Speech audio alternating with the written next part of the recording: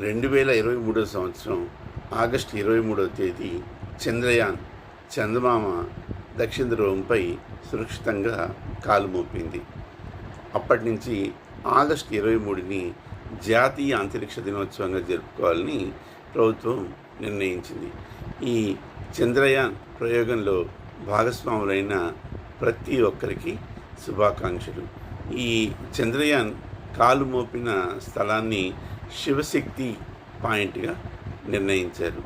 ఇంకా ఈ శాస్త్రవేత్తలందరూ ఎవరెవరైతే ఈ ప్రయోగంలో సహాయపడ్డారో వారందరికీ, ఇంకా భవిష్యత్తులో మరిన్ని ప్రయోగాలు ఇలాంటివి ఎన్నో చేయాలి, మన భారతదేశం ఎంతో ముందుకెళ్ళాలని కోరుకుంటూ ప్రతి ఒక్కరికి, అందులో ఇన్వాల్వ్ అయిన ప్రతి ఒక్కరికి పేరు పేరున జాతీయ అంతరిక్ష దినోత్సవ శుభాకాంక్షలు.